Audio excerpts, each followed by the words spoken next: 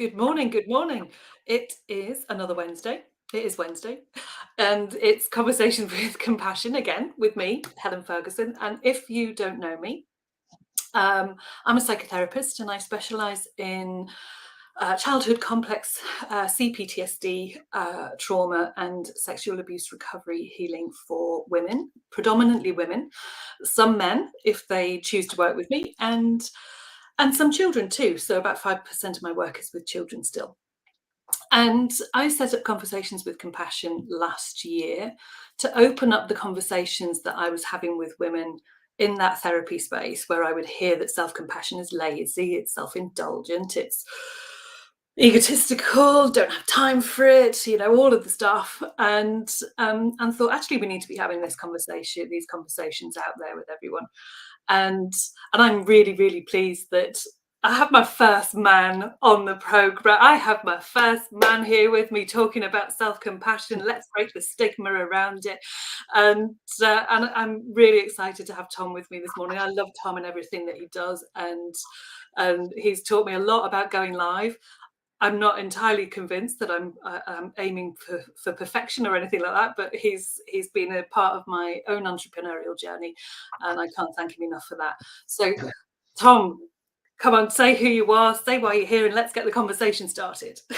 Hello, everyone. My name's Tom Stanhope, and I'm a video person. I help people with video content creation and marketing. But today, I think I'm here in a very different capacity, really. But talking about something that I think, particularly when you are on that sort of entrepreneurial journey, you inevitably have to address those parts of you that kind of are holding you back or making life more complicated than it needs to be, I think, which has been my sort of my realizations. And so it's with Helena, it's over the last couple of years we've sort of worked together, got to know each other, and actually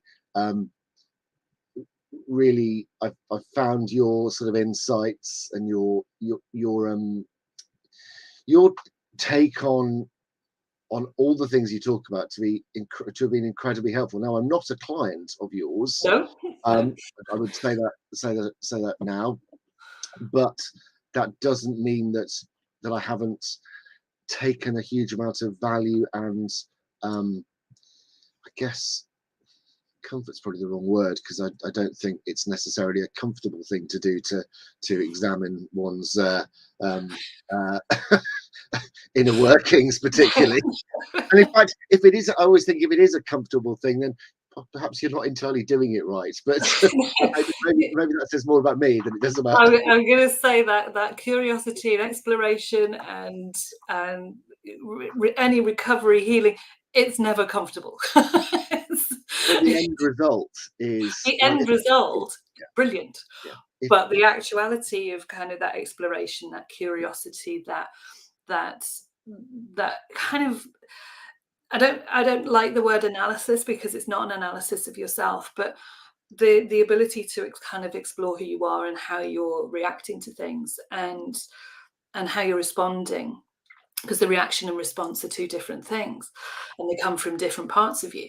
But it's about kind of how that happens, and that isn't comfortable, because often it means that we have to look at what we're doing and go, shit, I've been kind of doing it wrong. And all of those become habits, and so it's helping to change the habits, because those habits have been really protective. That's what their function is. But it's kind of saying, oh, thanks very much for that, you've kept me alive, but now I want to live. And that's entirely different. But I am I am really over the moon about having a man on the program, because it was, because it's, I've worked with men in therapy, and I've heard the struggle from men around the idea of kind of self-compassion, and sitting with that kind of male psyche of, and the expectation and the psychology around it, and the structures around around the male kind of presentation, if you like, and what's supposed to be and what could be. And having worked with some, police officers in the Met and things like that, I mean, it really kind of is a struggle for a lot of men. So I'm so pleased that this conversation we're going to have this morning, because I know it will encourage other men and other people, other women, and other non-gender specific, people to be able to be inspired. And that's what this conversation is all about. Well, that's what these conversations are all about. And you're not the only man. I do have men coming up in the future, which is great. But you are pioneering, Tom. You are pioneering. Pioneering in my life. But so let's get the conversation started with. I mean, it's a question that I ask every guest, and every answer is different, and there is no right or wrong answer. But what does self-compassion mean for you when you hear it, when you think about it, if you've ever explored it before? What does it mean for you? I think this is a really interesting question because it's not one we get asked very often, and I think one of the interesting takes on this is sort of a, how did I react when I saw the question? How am I reacting now as I see the question to how I would have reacted, say, a couple of years ago when I before I started this kind of tentatively started this journey of kind of, I think it broadly is personal development. It started with the small stuff, but that kind of sense of, I think the word personal development can sometimes get a bad rap, but this is definitely part of the process. So self-compassion for me is giving yourself the space and the permission to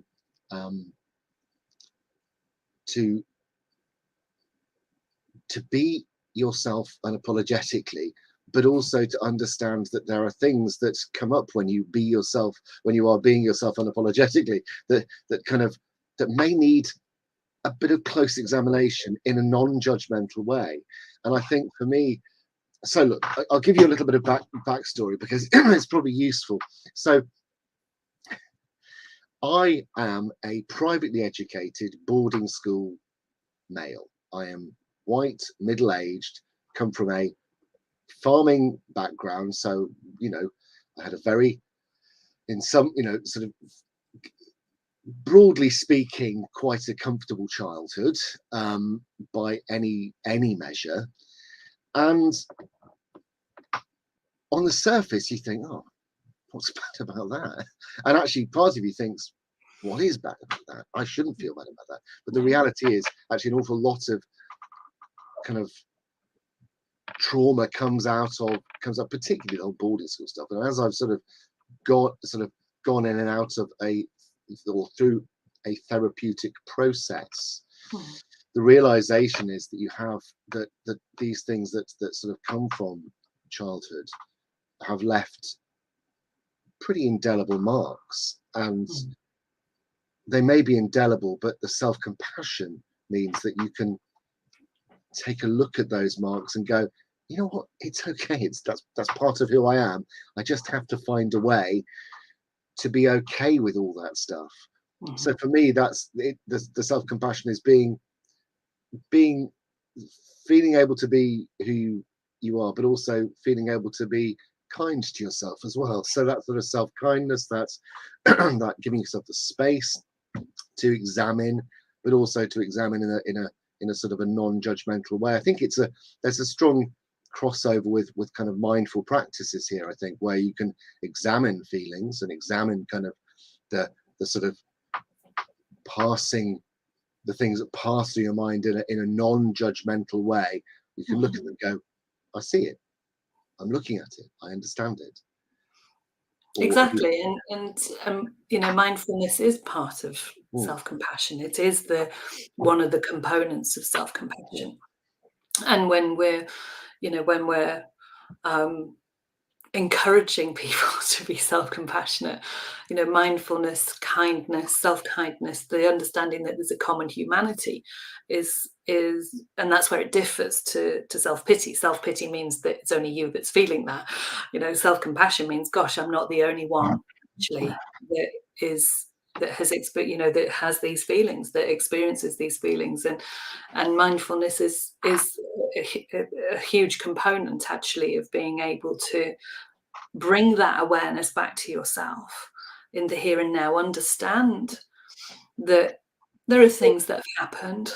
You can't take those away. You can't make them disappear. You can't make them, God, I wish I could.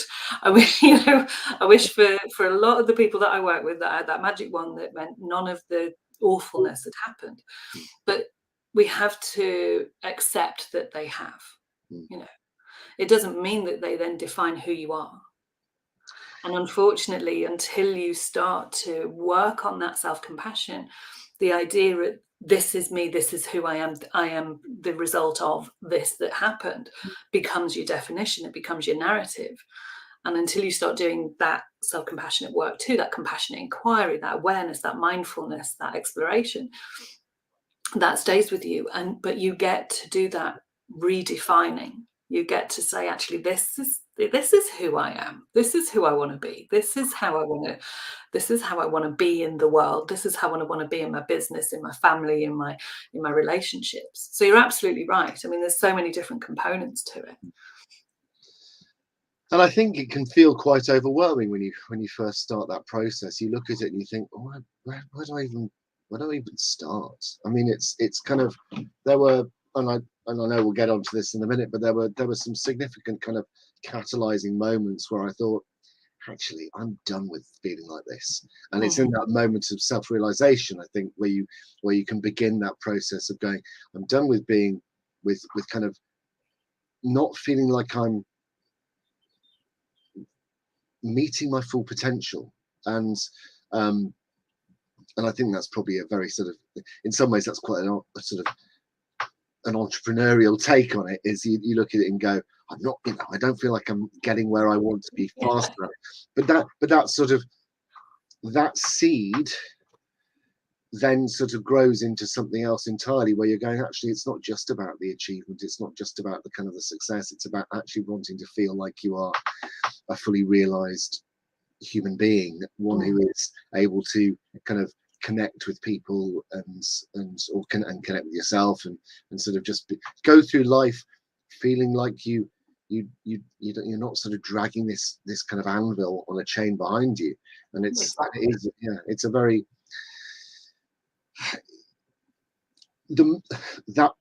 suppose I'm probably still going through this phase, this thing where you ask yourself the questions that how do I make that big weight weigh less, or how do I improve my fitness levels to be able to carry my mental fitness levels to carry that weight without breaking out into a sweat. And for me it's either it's either improving my personal sort of resilience through kind of not repressing everything mercilessly.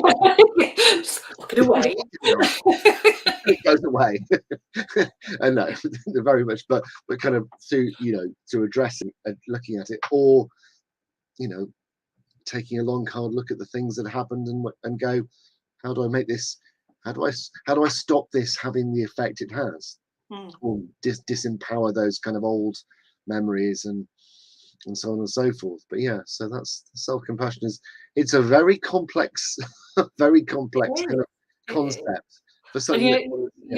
You're saying that kind of how difficult it is to kind of start it. I know that usually about session 2 or 3 into therapy with me, that's when my clients get angry, because they're like, why are you making me do this, Helen? Why are you making me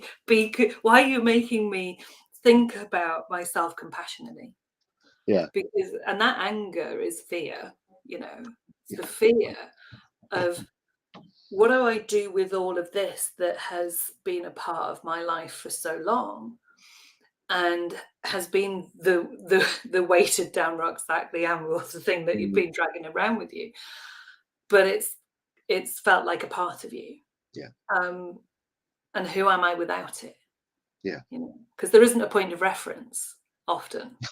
Yeah, there's no It all point happened so long ago that yeah. it feels like it's, you know, this is stuff that for me is like is rooted in kind of me when I was 7 or 8, and it Yeah, was, you know, that's that's tragically that's a very long time ago. yeah. I hear That, you.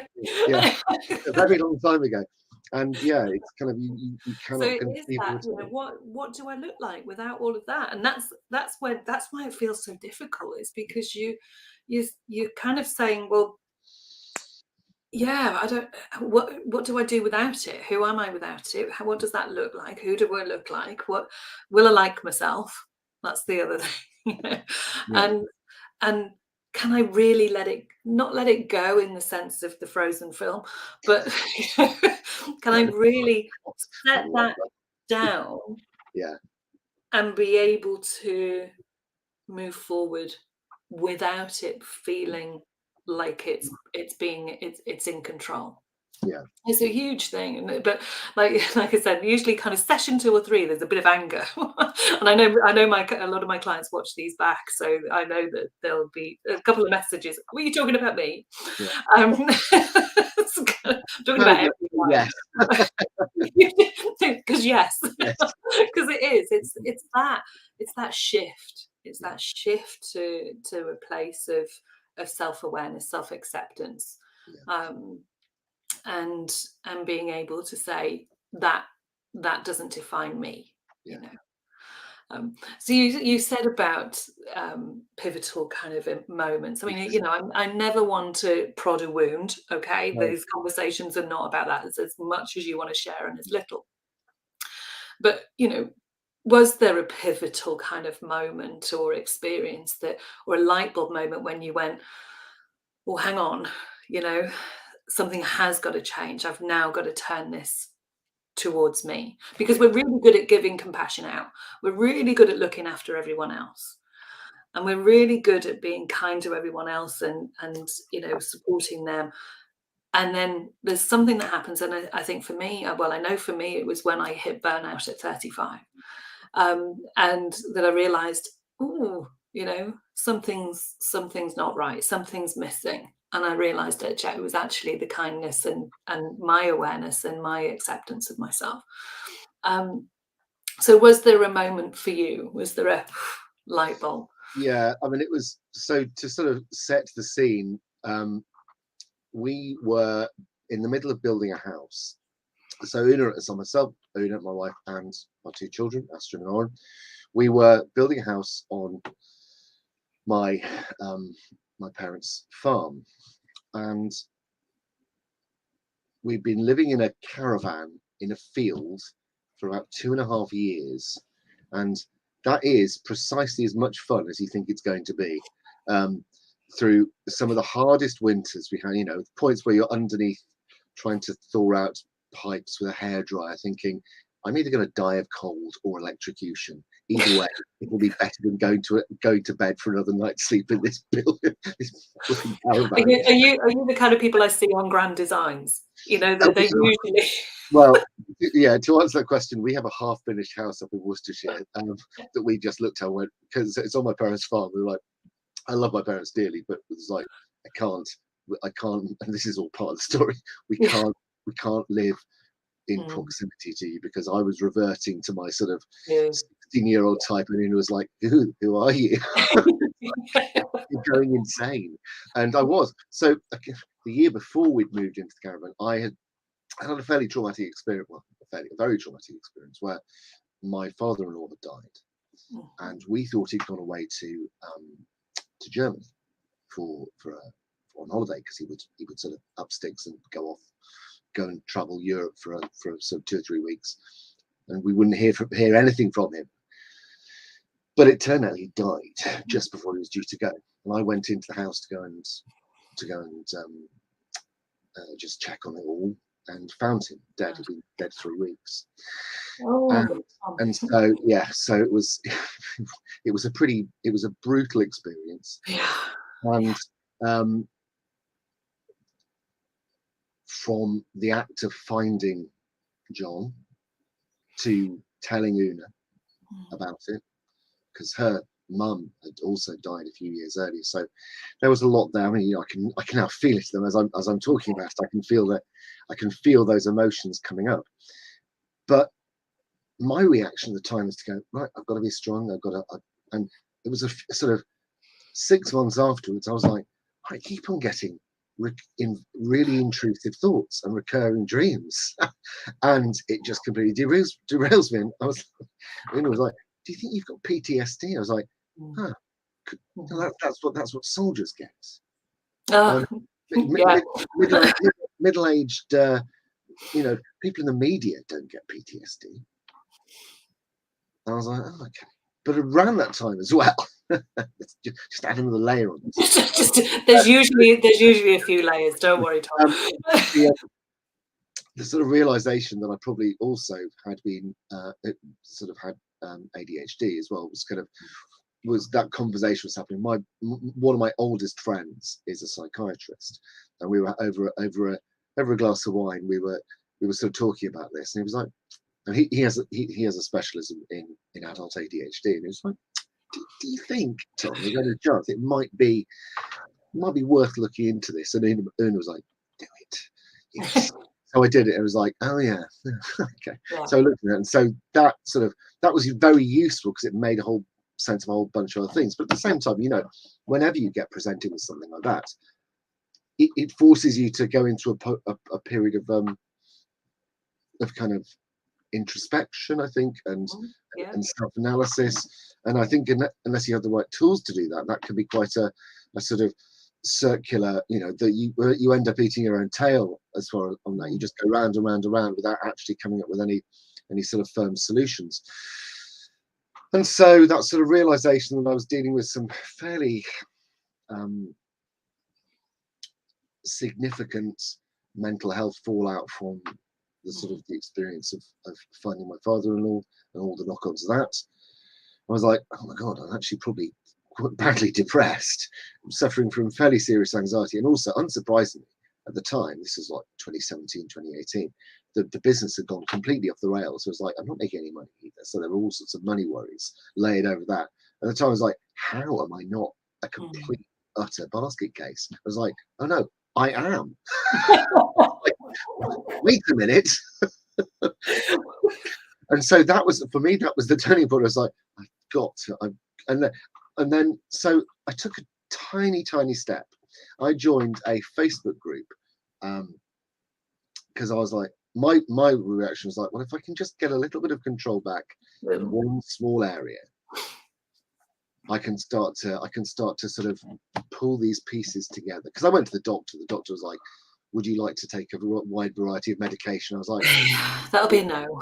That's a really bad way to deal with this. Like, don't need Smarties. Yeah, that is dealing with the symptoms rather than the root. And so I at least had the sort of the wherewithal to sort of look at that. And I'm not going to make any judgments about that. But for me, it was something that I did not want to do. Medication is not for everyone, and medication should only ever be used as a window of opportunity for the work too. It's not a cure-all. No, but I started to do quite. What I did do though is look quite sort of precisely at a level of sort of other things, sort of supplementation and dietary things, and some of those things which were very functional make a huge difference to me. And I'll probably talk about those a little bit later, because actually those were so anything like that I'll dive into. My doctor friend supplies me with papers to read, and so I can sort of go, James, can you give me something else these papers? And so he will, with a roll of the eye, will send over some research papers. So that's it's better than Google. Yeah, well, that's it. Yeah, exactly. So I'm not using magnets to try and cure myself or something like that. Anyway, sorry if there are any magnet fans out there. It's not for me. So it was that moment where all these things sort of intersected, and I was like, right, I need to do something. So I found this group online. It was it's actually a business thing, and it was sort of it was called the Now What Club, and it kind of gave me it was a series of daily tasks, and actually that's how I met Danny Wallace. Right. So Yeah. Danny and I, our paths crossed through there, and that's how I became Yeah. friendly with her. And actually, it opened up a world where actually this idea of self-development was okay. You know, you could do this. You could actually spend time looking at yourself, because what started out as kind of me looking at business stuff, I soon became aware that actually it wasn't actually the route. It's you. Yeah. And that has been an ongoing piece of work. So Yeah. with every step up, with what I'm doing with the business, you know, and actually this year has been a really, really good case in point. So I had the amazing experience earlier this year of going over to LA and spending time on Lisa's mastermind with a bunch of really great people, and came away from that and my brain was like, you don't deserve any of this, you're a charlatan. And so I spent two months going, oh, what the hell am I doing, whilst sort of keeping my shit together. Sort of keeping it together, just about. Yeah, just about. And so kind of I've popped out the other end of that, but I've started the therapy process as well, because I like to be. It's sort of, I'm quite lazy, and my therapist is just a sort of. You know, and actually, you know, therapy is pretty cool. yeah, yeah, It's it is. And, not. It's not. I mean, you know, I left the NHS 13 years ago, and part of the reason for that was because I felt like actually, you know, therapy needed to come out of the constraints of that. You know, people shouldn't have to go through hoops in order to experience therapy, and you know, and people also shouldn't have to wait week on week to see someone. So my style of therapy is very different, yeah, in the sense that, you know, it's kind of open access to me throughout, apart from when I'm sleeping. yeah, And yeah, so kind of, I'd have to sleep sometimes. But I was interested in, you know, in what you were saying, because it's something that I think that comes up a huge amount, and I'm going to say particularly for men, which is the idea that PTSD is only for people that have been in the military and been to war. yeah, And that, you know, hearing you actually being able to say, you know, I experienced PTSD as a result of this traumatic incident, you know, that wasn't to do with war. I mean, it was horrendous for you, don't get me wrong, but it wasn't to do with war. It wasn't to do with being in the military. And I think, you know, there has to be a shift in that perspective, because, you know, I sit with clients, and my first session with them is usually a good hour and a half, get everything on the table, and then, and that's what I usually say. You do realize, you do realize that what you've been experiencing for the last 40 years, 30 years, 20 years, you know, whatever, is CPTSD, complex PTSD. And they say, do you think? Oh, I didn't think it was that bad, you know. And it's like, yeah. I mean, I come out of some of those sessions and have to go and lie down in a dark room, yeah, but you know, because that's, you know, I have my, as therapists, we have to have our own therapy, yeah, and you know, to make sure that we are safe. Um, but you know, to hear people kind of go, oh, I didn't think it was that bad, but you know, you see on the telly that people, you know, you know, it's usually war, or you know, I mean, the things that are happening in Ukraine at the moment, you know, all of those things, and yet, you know, we minimize our own experiences, yeah, because we kind of, our point of reference is often, sorry, but often the media, um, yeah, absolutely, and completely, and then we'll, you know, oh, I can't really be feeling that then. yeah, And some of the stories, you know, some of the experiences that I listen to that women have been through, and children, I still work with children. Um, it's like, oh, you know, God, how could you not be experiencing PTSD, yeah, CPTSD, complex trauma? How could you not be experiencing that? I think half of the battle sometimes is helping people to recognize what it is that they've actually experienced. And to hear you also talk about the fact that you then went on a journey that took you and continues to take you, because I think self-compassion isn't a destination, it's a continuing journey, um, to being able to go, actually, I need to start thinking about me. I need to start doing, and some of that, is also about, the psychoeducation. If you've got a psychiatrist friend, absolutely, get them. I say to most of my family and friends, and especially clients too, please don't Google. She's here. Get the information from me. Do not Google. Please do not Google. And I say that to anyone. And so, Google is a great tool, but it's not. It's a good way of working out that Yeah. that your slight cough is in fact terminal cancer. Yes. Yeah. And that seems to be the only option with kind of, with Google. You go in there and you sort of search your mind, and it's the same for mental health as well. You can think you can go down a very, very bad rabbit hole with that one. But I was kind of also listening to you, and it was a question I was going to ask, but I think you've answered it, which is, the obstacles that you had to overcome, but, to welcoming self-compassion in.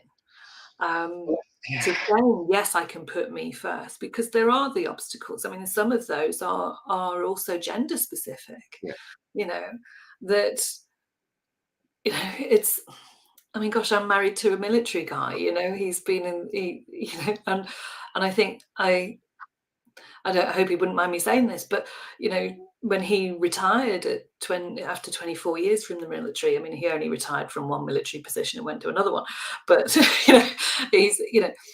it was when he'd been holding for those 23, 24 years. I mean, he's been in Afghanistan, Iraq, Sierra Leone, Bosnia, so he was holding all of that. And when he came out of the military, when he came out of the Royal Marines, and we were sitting one day, and I just turned to him, and he was really upset, and I was like, oh, this is new. What do I do? And actually, what happens is this release, because you're allowed to release yourself from it, and the body can relax from it too. And that happens as soon as you give yourself permission to be able to do that. And so hearing you say, I gave myself permission to go and do this work, to go and acknowledge, to say, I don't want the medication, I know that I need to do something else, means that you started to put you first. Well, I think for me, the sort of the remaining obstacle is probably the biggest one, actually. And this is the sort of the realization that actually it all started quite some time earlier. You kind of look and go, do you think somehow that being sent away to boarding school at the age of 8 maybe had an impact on you? And I look around at particularly our political class at the moment, and you see so many similar kind of traits that people have around kind of the way they respond to things. So kind of it teaches you to be right with a big capital R. There's but also the school I went to, it was I describe it in a variety of different ways. It was like Hogwarts meets Colditz was probably kind of and it was really good at three things. It was really good at teaching Latin, it was really good at rugby, and it was incredibly good, seemingly, at recruiting paedophiles. That was the sort of the amount of teachers who and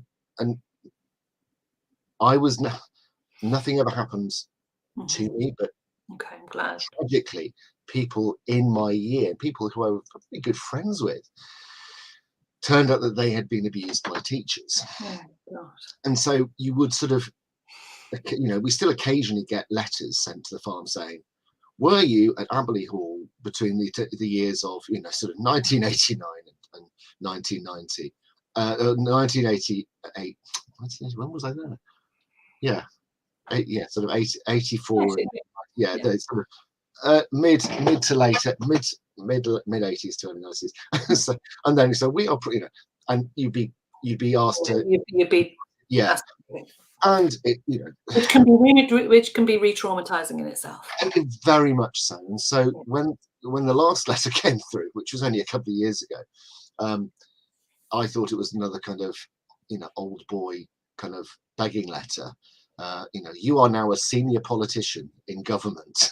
Would you like to? Yeah. So it's or and so just the level of it is a millstone around the neck, and you have to, that I think is that's the big for me. That's the big piece of work. Yeah. It's what do you do with it? And this is the question I'm sort of working at now: is what do I do with that?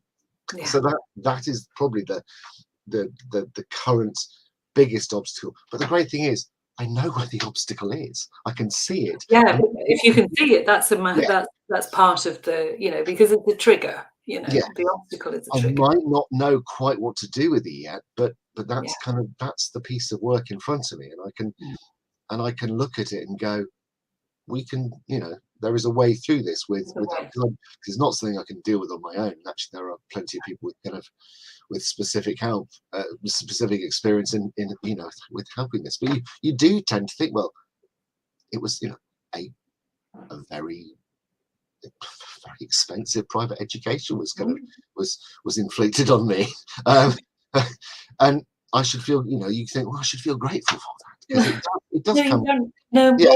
You don't have to.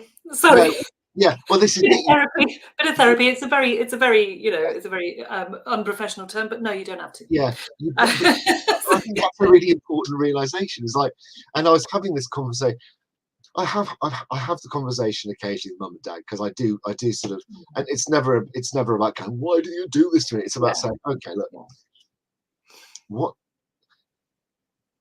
part of me needs to understand it, but I never, and they're like, well, and it was basically, it was what was done to us. We did it, and so it's that perpetual. It's that sort of. It was never done out of it.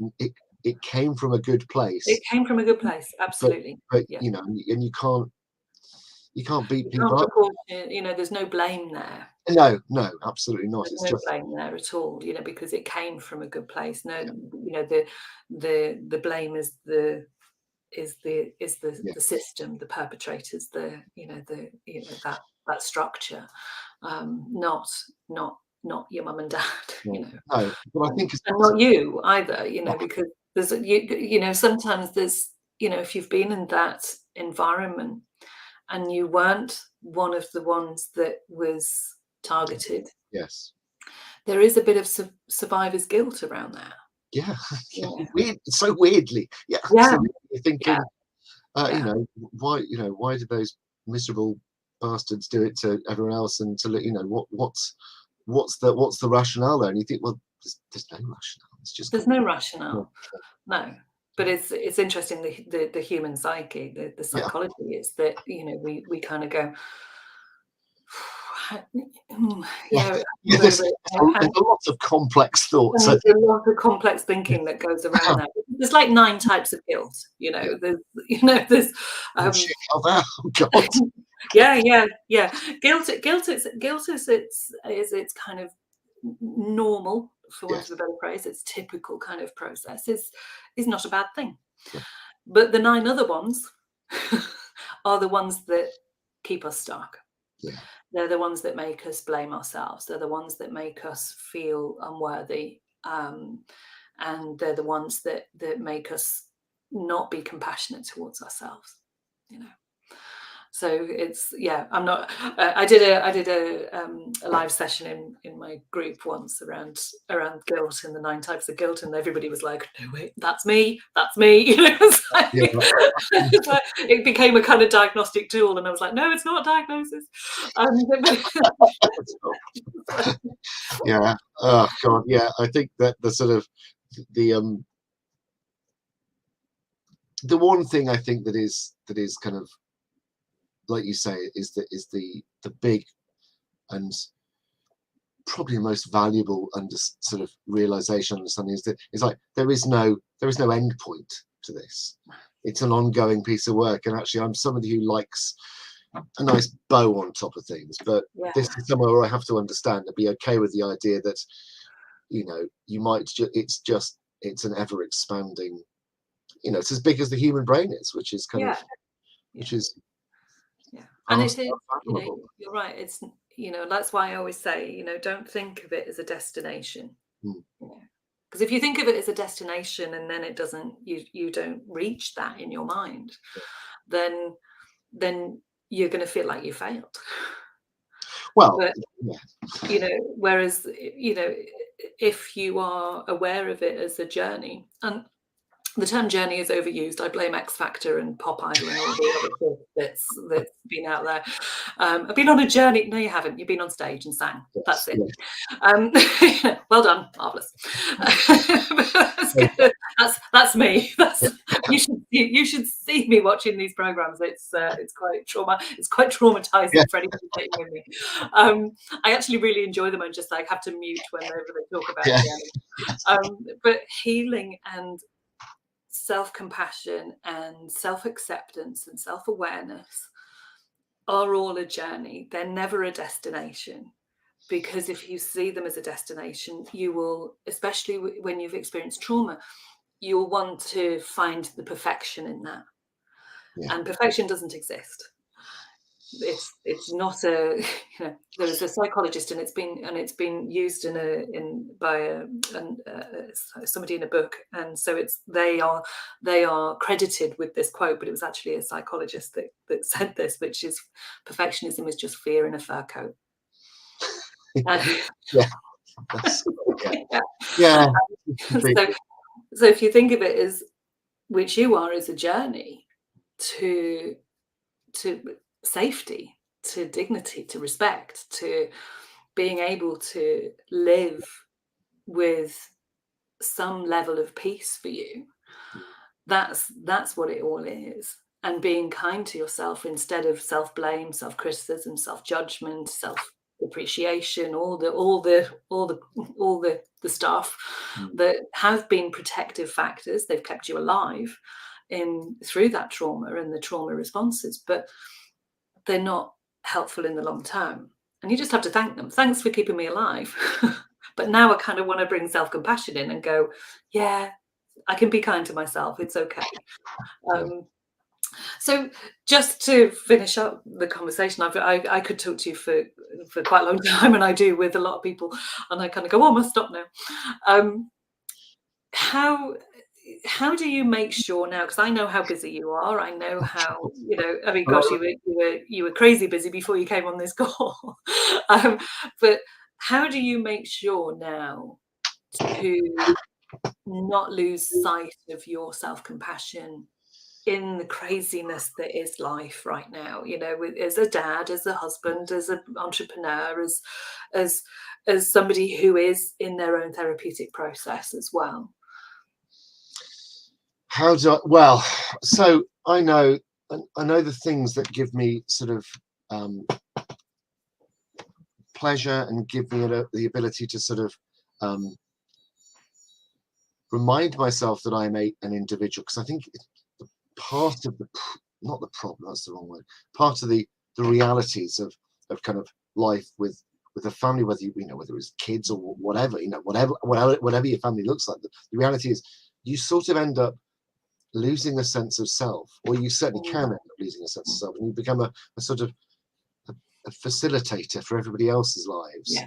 And when you're running a business yourself, that's doubly true, because you are delivering for God. And then so what I've had to be much more sort of deliberate and intentional around is trying to carve out some time for me, not only to do the kind of the therapeutic work and do that kind of stuff, but also to do the things that actually just remind me that I have interests and loves and kind of things I love doing. So last night was a good example of that.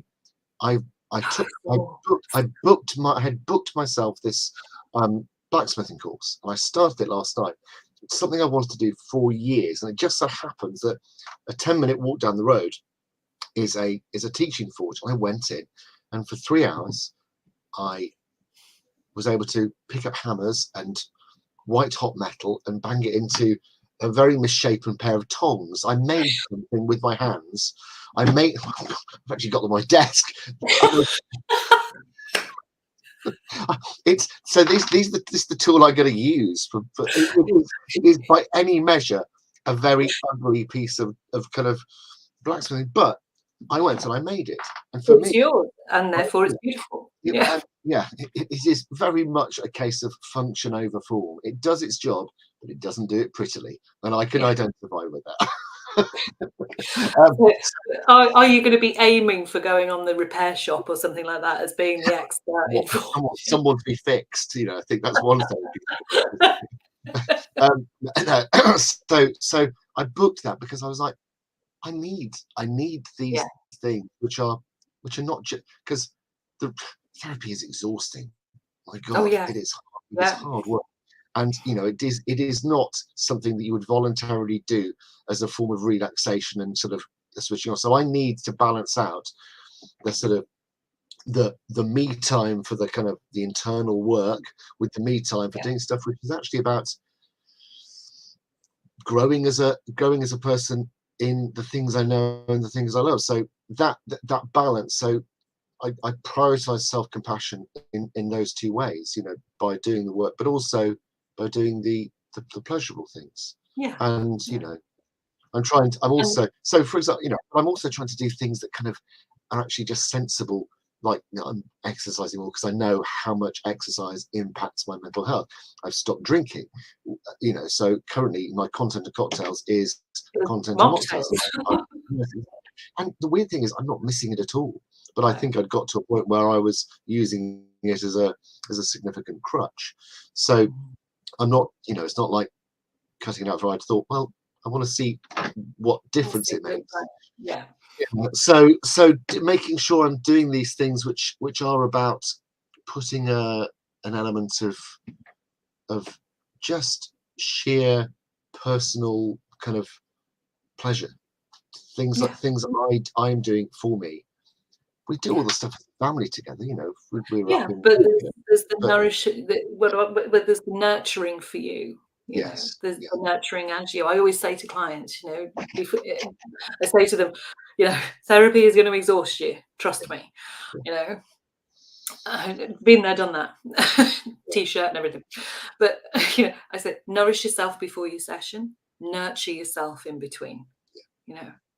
Because when you do that, that nurturing taps into that self-compassion, that self-awareness and self-acceptance of who you are and who you want to be, and tapping into all of those things that mean that you're looking at yourself as you, not only as dad, partner, husband, business owner. yeah. It's the Tom. And I think men, women, we all need this. But I think there's a whole bunch of different. I think my take on it is slightly unusual. I work, and I weirdly always have. I mean, I went to an all boys school, and then I went and did a course at university which was predominantly women. I did a history of art course, and then I've ended up through my professional life, weirdly, not by any sort of particular plan, but it's just we were either working with large corporates or women in business. And we were like looking at the sort of roster of clients going, why is this the way it is? And we're like, don't really know. It's just we sort of tend to do our best work when we're working with women in business, and it's something that's, so I've never felt like I've been ever been part of, or at least not since school, ever been part of a very sort of male dominated space. So the sort of my mixture of kind of, for want of a better word, energies is kind of is much more sort of I'm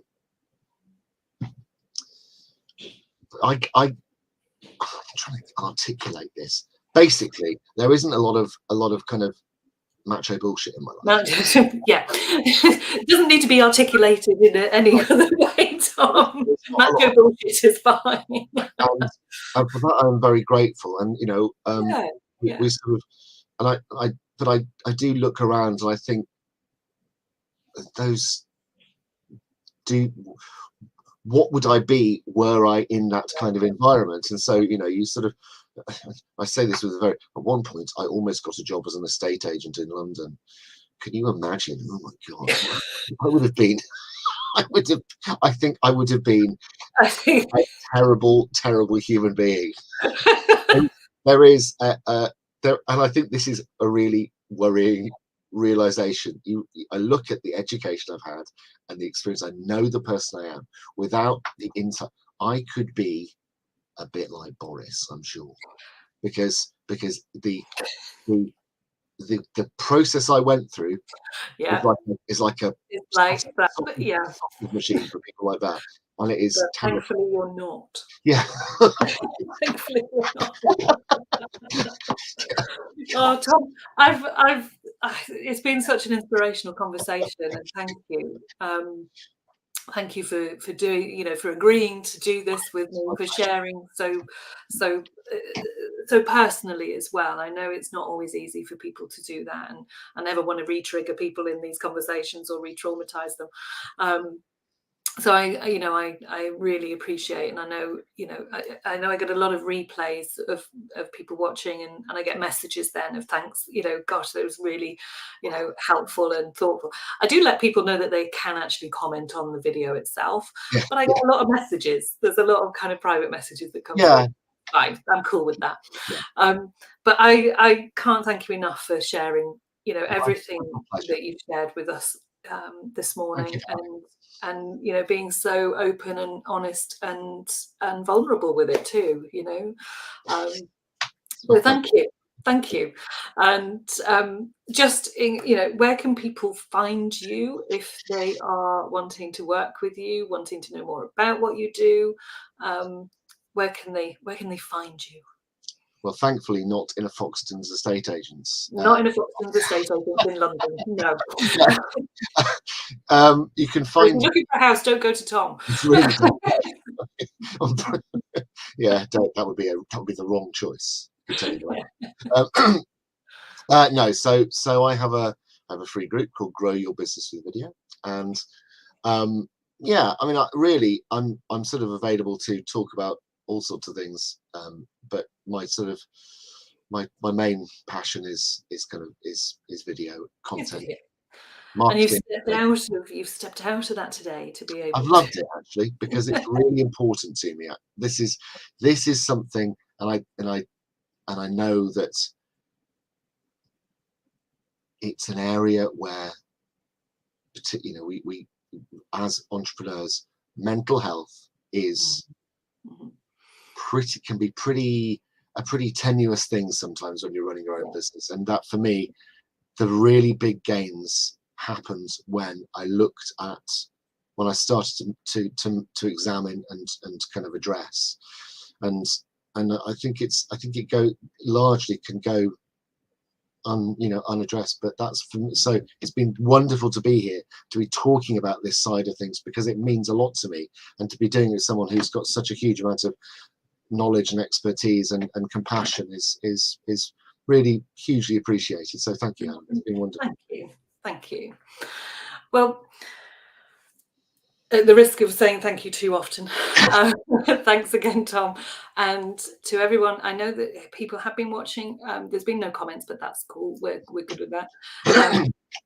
We never force anybody to comment, but if you're watching on a replay, give me a hashtag replay, and just let me, if you want to message me about any of the content, any of the information that's come through, please do. And if you're a woman or identify as a woman and you have experienced childhood trauma, complex trauma, CPTSD, or sexual abuse, I also have a free community for women where I go live every week and talk about all the things to do with your nervous system regulation, brain development, all the stuff that impacts on trauma in a child. And I'm in there every day supporting and guiding. So if you're a woman and that resonates for you, come and join me. If you want to know more about Tom, seek him out. He's one of the genuine good guys out there. So and I will see everyone. I think we're on a Conversations with Compassion break next week, so I'll see you the following week. But have a wonderful day, everyone, with lots of love and compassion from me, and thanks for being here. I'll see you soon.